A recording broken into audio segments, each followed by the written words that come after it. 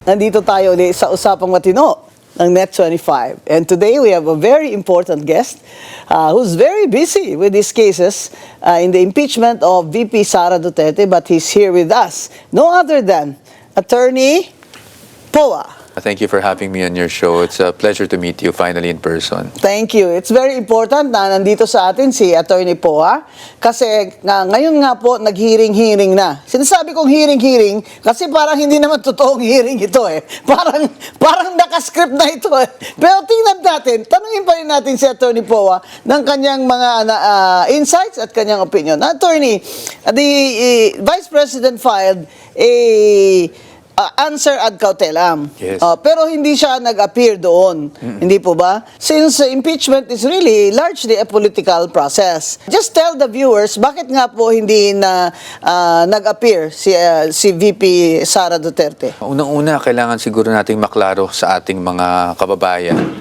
na there is no requirement, contrary to statements that are being floated around, there is no requirement for a respondent to appear personally dito sa ginagawang pagdinig sa Committee on Justice. Pangalawa, we submitted a letter day before the committee hearings, that was, if I believe, March 22,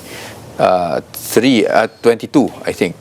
At sinabi natin doon sa letter na yon, basically, na we are opposing, we have fundamental objections to what is being conducted right now, which they have termed to be a mini trial.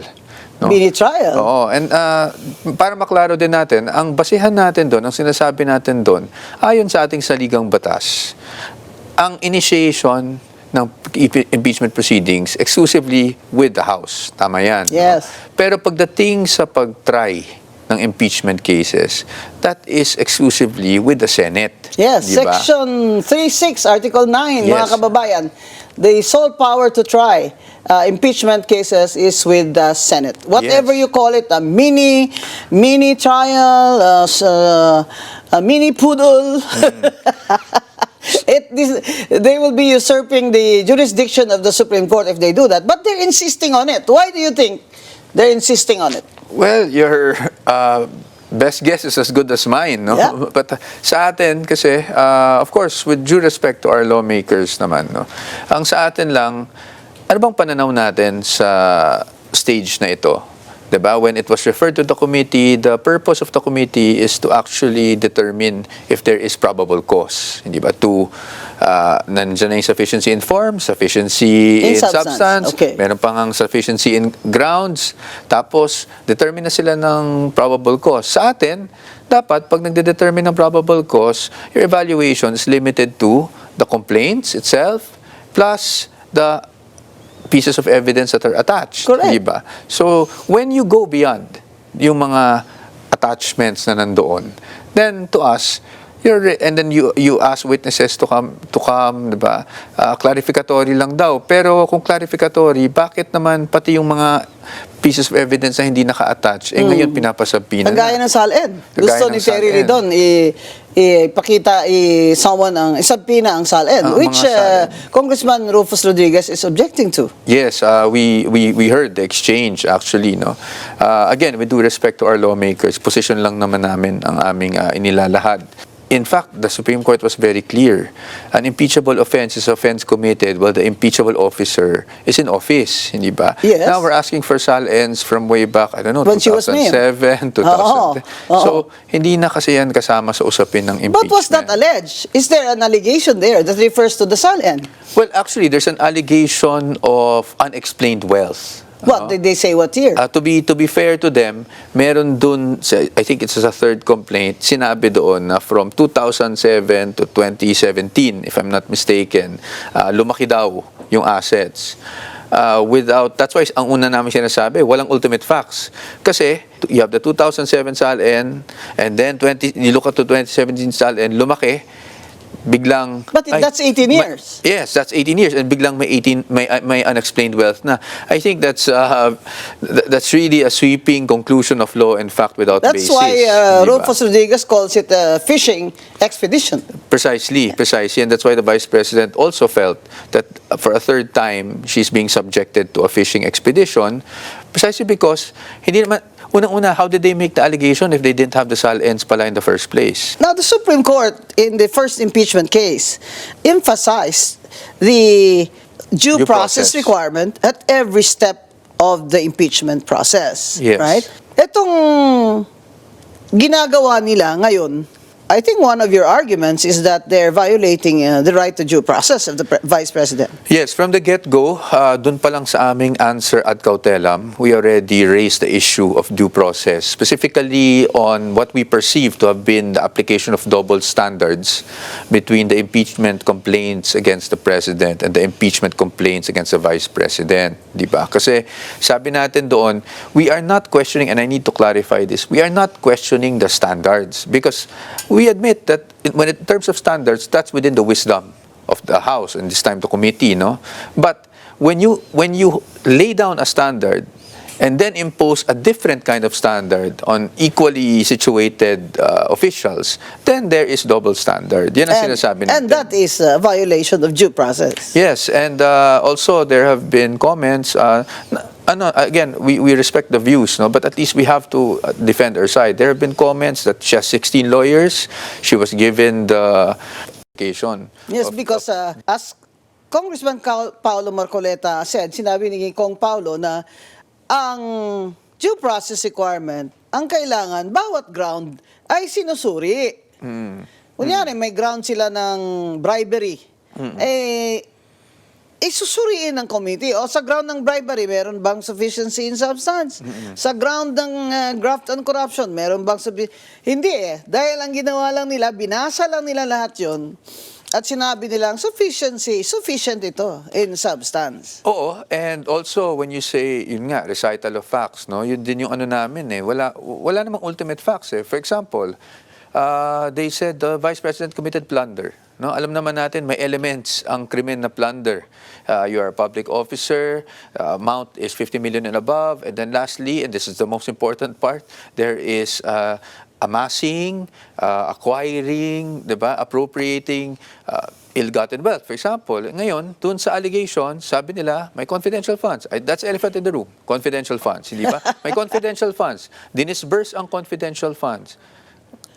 Ngayon, paano natin nasabing napunta sa bulsa ng Vice Presidente? Correct. Yung ano? And I've said this before, kung ang confidential funds ay hindi na-liquidate ng tama, ang commission proper ay maghuhusga na ito ay i-refund. Pero dito sa case ni VP Sara Duterte, sinabi ng COA na may unqualified sila na report at ito ay na-liquidate na ng tama. Hindi ibig sabihin na kung hindi mo na-liquidate ang inyong confidential fund, ay plunder na. Kasi sa plunder, kailangan may transaction ka. May transaction ka na ikaw ang may control. Yung problema, wala namang nagbibigay ng ganyang opinion sa ating mga congressman dahil wala naman iniisa sa kanila dyan dating COA commissioner. At hindi naman sila dahil hindi naman sila magtatawag ng experts. So ngayon, ang tinasabi nila, sila na lang ang magsusuri. Kaya sinasabi ni Luistro na gagawa sila ng mini trial. Abay, Congresswoman Luistro, baka mini pudol ang ibig mong sabihin. Dahil yung mini trial na yan, wala yan sa konstitusyon. Hindi po yan jurisdiction ng House of Representatives. Under Article 9, Section 3, Subparagraph 6, the power to try impeachment cases lies solely on the Senate. So now that the Vice President will not appear, Attorney Poa, they subpoenaed you. Yes, they issued the subpoena against me. I have not received the subpoena, but I've already stated that I'm willing to attend. Of course. Because wala naman akong kailangan itago doon. In fact, 2 years ago, less than 2 years ago, there was already a Committee on Good Government and Public Accountability series of hearings, no, where we were called. And I was being asked about my participation in the confidential fund issue. And I already stated my point that my participation was limited, no, to the fact that when the COA issued AOMs, of course, I was tasked as the head of office to reply to the COA AOMs. But you know, again, in fairness to our lawmakers, they probably issued the subpoena in the hopes of clarifying certain matters with me, and I'm willing to submit myself to that hearing and But to respond everything that, accordingly. Attorney Poa, that everything that they ask of you must be based on what you have submitted. Yes, based on what we submitted, the documents would actually show that I never signed any of the disbursement because I really was not part of the use, disbursement, liquidation of all these Correct. confidential funds. But as much as I can, based on my personal knowledge, I will answer directly their questions. Wala naman tayong Did they say kailangang itago. sasabihin na nila ang Vice Presidente? Wala. Wala silang sinabing ganun, and as we all know, Eh, hindi bakit hindi pwede nila yan. pinagsabi ng aking pinakapaboritong presidente? Talaga ako, sisigaw ako dun sa, sa flagpole ng House of Representatives. Eh, bakit yung presidente ko na paborito hindi nyo sinasabi na? Yan ang problema dito sa impeachment proceedings, mga kababayan. This is largely political. Makita na natin sa iba-ibang complaints even before when Chief Justice Davide was also Attorney Poa was Yes. also Subjected to impeachment. Yes, he was responded in the impeachment case. Makikita mo na political talaga ang impeachment. Hindi naman po kami tanga na hindi namin alam na political yan. Pero wag naman yung masyado nyo na kaming ginagawang tanga na political na nga, para namang hindi kayo abogado dyan pag kayo ay naghihingi ng kung ano-ano. Yeah, ako, masyado kayong... You have to forgive me, Attorney Poa, because I'm highly opinionated. Masyado kayong matalino dyan sa House of Representatives. Si Congresswoman Luistro, napakatalinong piskal na asawa niya ng nakusado ng rape ay pinatakas niya. Napakatalino. Si Attorney Terry Ridon, dati ko yung estudyante. Hindi lang iba sa akin yan. Napakatalino din. Ako na lang kaya ang debatehin nyo. Ako na lang ang isampina nyo. Sasamahan ko si Attorney Poa. Dahil yung mga ginagawa nyo, hindi na yan tamang sa isip ng lahat ng principles of law na ating pinag-aralan. Ewan ko kung saan kayo nag-aral, baka magkaiba lang tayo ng binasa. Ngayon, the Supreme Court already said that due process must be respected every step of the way. And yet, Luistro, who seems to be the brightest in that committee, insists on making her own rules. For example, wala namang mini-trial dyan. Nakita nyo na ba yan sa Francisco case against Davide? Nakita nyo ba yung mini-trial sa kaso ni Mercedita Gutierrez? Nakita nyo ba yan sa kaso ni Erap? Wala. Gawa lang po yan ni Congresswoman Luistro. Kaya siguro imbitahin natin yan si Congresswoman Luistro dito, Net 25, para meron naman siyang due process dito sa aming usapang matino. Now, Attorney Poa, how does the Vice President feel about these proceedings now? This is the second time now. Yes, second time now. The first time though was fast track mode, no? Ayan yung nag 1/3 sila kaagad. But this is the first time na nagkaroon ng referral to the committee as Because of the against her. Supreme Court ruling. Yes, Supreme Court ruling. Of course, the Vice President already issued a statement saying that this is a third fishing expedition against her, actually, no? And that is what our position is, na kung magta-trial tayo, handa naman kami mag-trial sa Senado, 'di ba? Yeah, doon sa Senado. Doon sa Senado. Hindi pwedeng dyan kay Luistro. Oo. Because pagdating dito sa House, obviously, number one, we are questioning the fact that they cannot hold any form of trial, whether mini or whatever we call it. Basta trial, hindi pwede sa House. Pangalawa, medyo lumalampas na tayo sa, at least sa aming pananaw, lumalampas na tayo sa evaluation ng complaints. Pag kung ano-ano na ang mga dokumento outside the complaints ang hinihingi Bakit natin. hindi na lang nila sabihin, sige na, sufficient na in substance, akyat na. We have now approved na ang impeachment, articles of impeachment, akyat na sa Senado para doon ang trial. Bakit pa gusto nila ng ganito-ganito? Well, ayoko pong mag-speculate. Dahil, Of course, Attorney I have my Poa, opinions. gusto nila ng trial by public opinion. Alam nyo, masyado kayong matalino dyan, mas matalino kami sa inyo. We are 10 steps ahead of you. Alam na namin yung ginagawa nyo dyan sa Committee on Justice. Mamaya, pati ako, ipakontempt nyo na. Kung hindi ba naman this is just all for show, bakit hindi na lang approve, approve na articles of impeachment. Send it to the Senate. We have Doon na tayo mag-trial. Ready naman ang Vice President, di po ba? We have no objections to that. Kung naririnig na nga natin na may numero na, 'di ba? May mga statements na may numero na. That's why we're saying kung pinag-uusapan na pala ang numero ngayon at may numero na and they want to already elevate it to the Senate, wala kaming problema doon because there we can fully defend the rights of the Vice President. So there you have an we opportunity. can test the credibility of these witnesses that they will produce. One We of them can- will be Madriaga? Yes. Well, I suppose because he was also Who is in issued a jail subpoena. for kidnapping for ransom? Yes. And Wala na so, ba kayong mas magaling na na testigo dyan na hindi naman kidnapper? Ano ba kayo dyan? So as Madriaga, who else will be their star witness? Well, we don't know, no? We are still anticipating kung sino yung mga... But we have ideas. Siguro, wag muna naming ilabas yung mga ideas ng mga Yes. star witnesses nila. But, once we're there, we can test the credibility and we can show the Filipino people once and for all na walang basihan itong mga aligasyon nila laban sa ating Vice Presidente. In fact, I interviewed Senate President Soto. And I asked him, I said, with all the things that you said against the Supreme Court ruling, the people are now saying, SP, that you are biased. So, mahirap po yan na kayo pa rin ang presiding dyan and people do not trust that you'll be fair. Ang sinabi niya, ito ang sinagot niya talaga, kung ako lang, if it were up to me, masyado na to, it takes too much of our time, this impeachment. 2 taon na lang. Pero kung pupunta yan sa Senado, ay gagawin ko ang tungkulin ko. So, sinasabi ng Senate President, gagawin niya ang tungkulin niya, iakyat niyo na ang articles of impeachment para naman may fairness ang Vice President ay merong opportunity naman to defend herself. Opo. Well, I just need to state this for the record, no, because again, we're really on the legal side lang. We do not dwell into the political, but we have always given the benefit of the doubt to the Senate President, to the Senate that will be sitting as senator judges.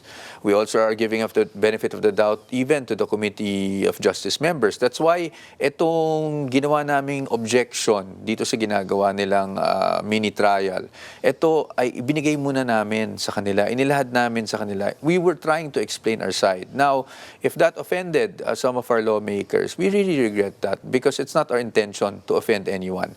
It is our duty as lawyers of the Vice President to protect her rights and her interest. And if we see that there are infirmities in the process, it's also our duty to bring these matters up and tell them that we have objections, serious objections, fundamental objections to the conduct of a so-called mini trial within the House. No? Now, sabi nyo nga, kung okay sa amin i-akyat, definitely. We have been ready since last year. During the first round of impeachments, despite filing that petition with the Supreme Court, as we all know, it's always 50-50, diba? So, we were ready to go into a full-blown trial. But now, in the Senate, hindi na sila advantage kasi they need 2/3 or 16 votes. They need 16 votes. JV Ejercito, Senator Ejercito told me that sinabi niya na he is not in favor of that. Daming problema, lalo na ngayon, may gera. So, yung 15 nila, sa majority, nabawasan na sila ng isa, so 14. Ang sinasabi naman ng iba dyan, paano po yan pag si Senator Bato ay hindi po boboto? Abay, kahit hindi siya bumoto, kailangan pa rin nila ng 16 votes. Yes, you that's see? correct. That's correct. Mga kababayan, bakit para ano pa ito? Para ano pa ito na ginagawa nila? Na alam naman nila doon pag-akyat, matatalo rin sila. Bakit? Dahil gusto nila masira ang reputasyon ni Vice President Sara Duterte. At ito lang po ang isa sa pinakamatinding argumento ko talaga against that impeachment process. You're wasting our money. Kayong mga congressman at congresswomen kayo na matatalino, you're wasting taxpayers' money and you're wasting the time of the Congress. Ang na. Kulang na tayo sa langis. Ang krudo, 140 pesos. Ano? Ang jeepney driver, 200 pesos na lang ang neto. Take home. Dati, tigwa 1,000. Ayaw na magsakay yung mga joyride. Dati, 60, ngayon 66 na. May gera na, may digmaan na. Kayo, impeachment pa rin kayo. Wala kayong mga, compassion sa mga Pilipino. Ito pa, ano ba itong balita ko na magpapadala ng Japan ng 1,000 troops dito sa Pilipinas? Siyempre, meron tayong EDCA eh. Ayan, President BBM. Sige, sagutin mo yan.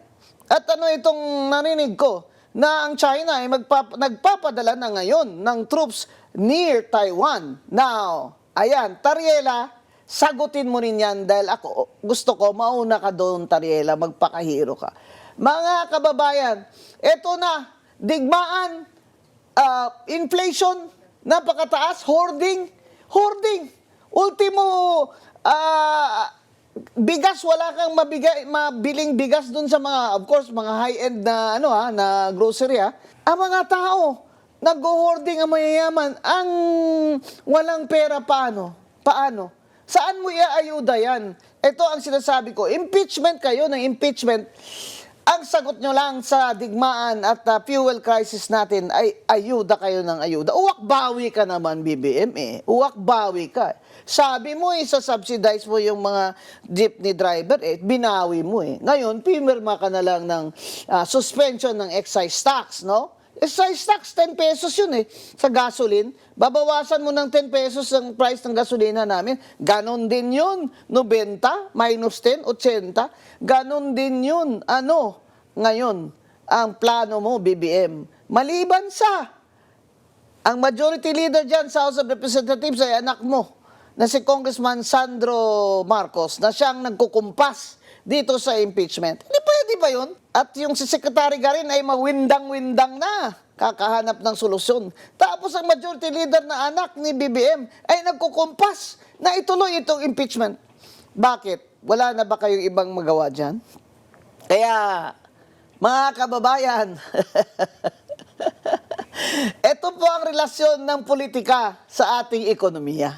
Nadagdagan lang po talaga tayo ng problema ngayon na hindi masolve ni BBM dahil ito'y digmaan na ang disaster sa atin ay tayo lang ang bansa sa buong mundo na nag-declare ang ating presidente ng energy emergency crisis. Kaya ngayon, tayo na naman ang talk of the world dahil dito sa ginawa nilang walang paghahanda. Ngayon, si Attorney Poa, tanungin natin ng kanilang paghahanda sa trial. Kumusta naman po ang paghahanda niyo, Attorney, para sa trial sa Senate? I can say handang-handa na po tayo dahil last year pa nga we were already preparing. Alam naman natin kahit na nung nanalo tayo sa Supreme Court ay magkakaroon ng pangalawang round. In fact, even if malampasan natin to, hindi malayong magkaroon ng third round dahil talaga namang may mga sektor na gusto talagang ma-impeach ang ating Vice Presidente. So, I could say handang-handa na po tayo. We are ready to show our evidence. We are ready to show our witnesses sa tamang forum. Yun lang ang hinihiling namin, sa tamang forum, which is at the Senate level. At doon, we are confident na mapapakita talaga natin na walang katotohanan yung mga paratang laban sa ating Vice Presidente, na kasinungalingan yung mga witnesses, walang kredibilidad ng mga witnesses na inalalabas nila laban sa ating Vice Presidente.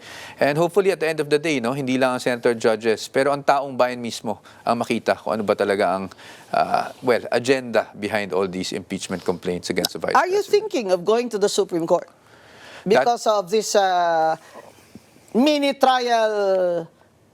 poodle in the House of Reps? Alam mo, hindi ako magsisinungaling. I won't deny that. That is definitely on the table. Yes. That is a possibility. If I were you, I would do the same.